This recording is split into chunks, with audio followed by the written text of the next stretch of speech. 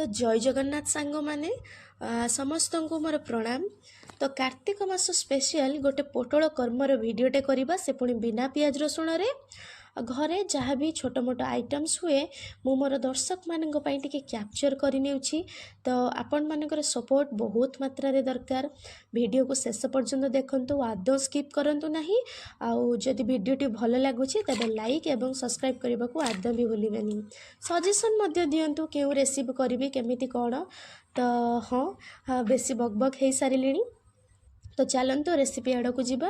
तो पोटल कर्मा प्रस्तुत करने 4 ରୁ 5ଟି पोटल नहीं एवं आलू गोटे नहीं ताकू भल भाव में काटी नहीं।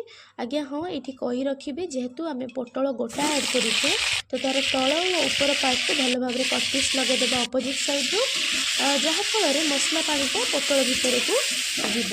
एपटे ग्रेवी प्रस्तुत करने टमाटो 3टी कंचा लंका, जीरा, अदा, गोटा गरम मसला दे ग्राइंडिंग करनेबा एवं काजू पेस्ट मध्य गोटे अलग कर रखा। तो कड़ाई रे तेल देदेबा। तेल भलरे गरम हो आसिले पोटल को देबा, से लुण और हलदी दे भाजी नेबा। पोटल 10% कुक हेले से आलू दे भाजी नेबा। पोटल और आलू संपूर्ण भाव में भाजी ही आसिले ताकू अन्य एक पात्र को काढ़ी देबा एवं सही तेल रे 2टी तेजपत्र एवं पूर्वर प्रस्तुत करा जाई रखा जाइथिबा मसला को देई कषि नेबा। से लुण हलदी मध्य ऐड करबा और तीखा लाल।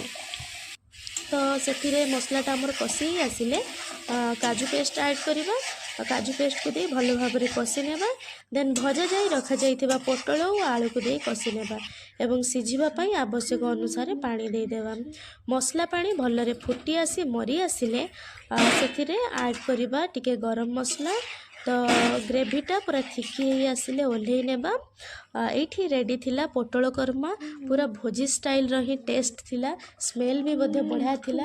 टेक्सचरटा केते सुंदर देखा जाउची, कलरटा मध्ये केते सुंदर देखा जाउची देखि पारुथिबे। देखिला आलू को बहुत ही लोभ आसुची। तो निहाती भाव में बहुत बढ़िया ही टेस्ट थिला। निहाती थरे घरे ट्राई करंतु। केमिति कोन लागिला निहाती थरे कमेंट बॉक्स रे जणांतु। जदि वीडियोटी आपण मानकु भल लागिछि तबे लाइक एवं सब्सक्राइब करने को आदौ भी भूलिबेनी। आपण मानकर गोटे लाइक एवं सब्सक्राइब द्वारा मु अप्रिशिएट हुए नुआ नुआ वीडियो करने।